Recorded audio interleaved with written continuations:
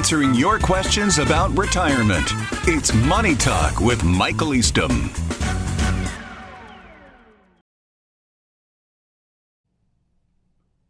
My wife and I are going to retire in the next 12 months.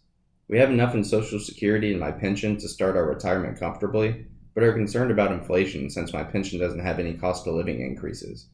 We have savings of nearly $600,000 combined. What are some ways to position these funds for down the road?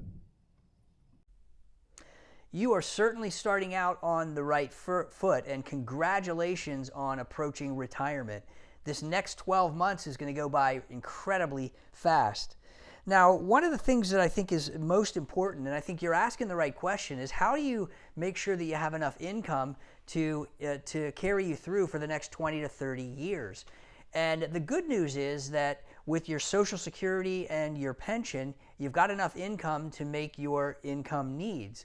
But when you add your income wants, the goals, maybe it's travel or hobbies or other types of things that you may want to do when you're retired, do you have enough income for down the road? And one of the best ways to get set up for answering that question is to invest in such a way that you're not dependent upon whether the market is higher or lower.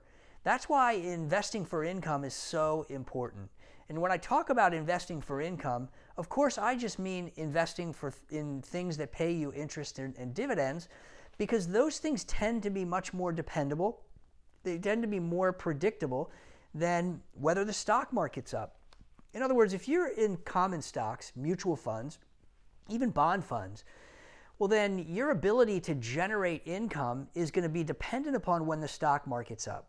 You may have heard of the 4% rule. The 4% rule says that don't spend more than 4% of your retirement accounts in any 1 year, and you should be okay.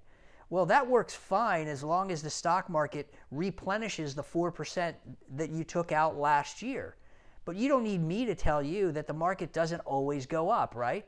Sometimes we have some pretty big hiccups. The market could be down by 20, 30, 50%. And if the market's down by 50% and you're retired, then how comfortable are you going to feel about selling 4% of your balance? Because the 4% of the balance that you had when you stepped into retirement may be 8% of the balance if the market's down by 50%. That means you're cannibalizing your principal too soon. And I can tell you that even when the market comes back up, your principal is not going to come back up. Why? Because you sold it and you spent it. So investing in things that are more dependable, that are more sticky, like interest and dividends, that gives you the the sleep factor that you can sleep well at night, knowing that your interest and dividends and your dependable and predictable income is going to be there for you. That's how you can reposition your current accounts now to begin to prepare for when you do step across the threshold into retirement. I hope that helps. Thanks so much for that question, and I look forward to talking with you soon. If you've got a financial question you'd like to have answered, click on the link below to submit your question. You may hear your answer on an upcoming edition of Money Talk.